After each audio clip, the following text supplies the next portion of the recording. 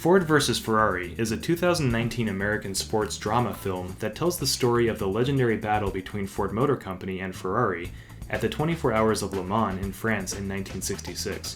Directed by James Mangold, the film stars Christian Bale and Matt Damon as the two drivers, Carroll Shelby and Ken Miles, who helped Ford put an end to Ferrari's dominance at the race. The film is a thrilling narrative of two determined drivers, two iconic brands, and the fast-paced world of motorsports. It illustrates the power of collaboration and determination to overcome seemingly insurmountable odds in what has become, in my opinion, one of the few modern classics that is infinitely rewatchable. The two leading actors, Christian Bale and Matt Damon, under the direction of James Mangold, turned in terrific performances that truly captured the spirit of their historical characters. Overall, Ford vs. Ferrari is an inspiring story about the power of collaboration and determination. The movie is named after the titular Henry Ford II, but it's not really about Ford. Its protagonists, Ken Miles and Carroll Shelby, are the true driving forces behind the story. But even though Ford is a side character, he still has one of the best scenes throughout the entire movie. Henry Ford II, son of the founder of the Ford Motor Company, Henry Ford, was born in Detroit in 1917. He joined the company in 1945, and during his tenure, he oversaw the introduction of the iconic Ford Mustang, as well as the company's expansion into international markets. But for all his accomplishments, he was still the son of the man who started it all. I'm personally not familiar with all the historical details surrounding the Fords, so I'm only analyzing their relationship in the context of the film from a storytelling perspective, which brings us nicely along to quite possibly the second best scene in the movie, only trailing behind the one where Miles and Shelby have a slight, let's say, disagreement on the lawn. Now knock it off, Ken. We got work to do and this car ain't gonna build itself.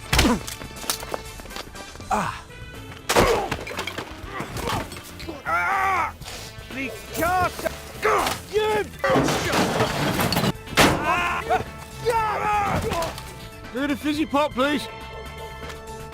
Yes, love. To set it up, it's important to know where Henry Ford II is coming from in Ford vs. Ferrari. Ford wanted to race the 24 Hour of Le Mans for a variety of reasons, both personal and professional.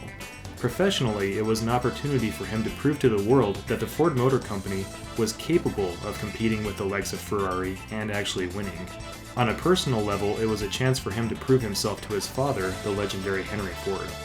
It all comes to a head when, after failing to acquire the financially struggling Ferrari company, John Bernthal's character, Lee Iacocca, repeats back to Ford what Enzo Ferrari, the founder of Ferrari, said to him during the failed negotiation.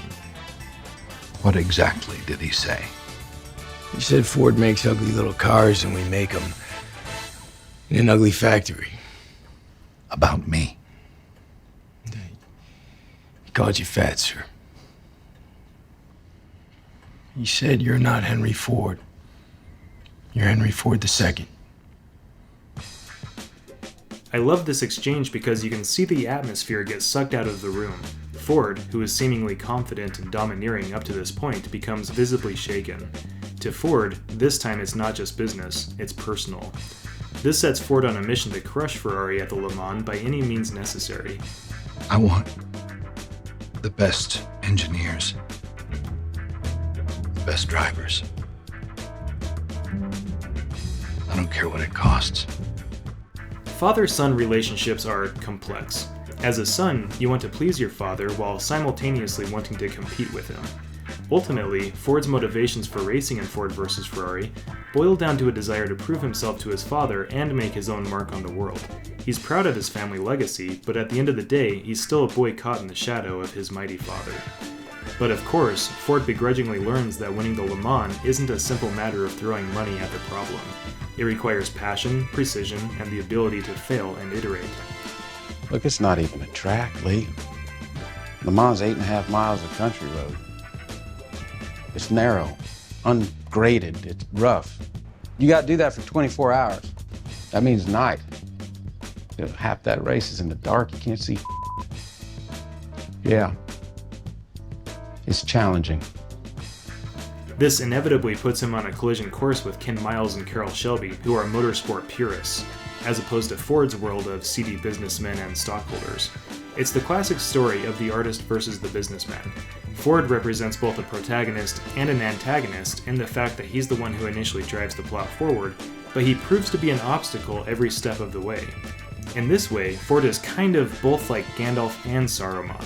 He's the one who initiates the quest, like Gandalf does from The Hobbit or The Fellowship of the Ring. I'm looking for someone to share in an adventure.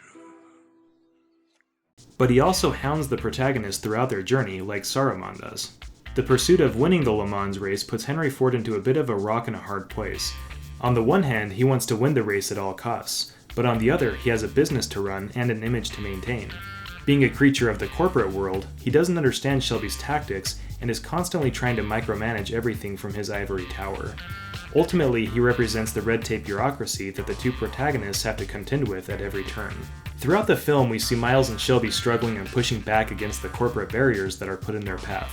This all comes to a head when Shelby has had enough of talking and decides to personally take Ford for a little ride to show off their new car, the Ford GT40 MK. You ready? The name on the middle of that steering wheel should tell you that I was born ready, Shelby. Hit it. Attaboy.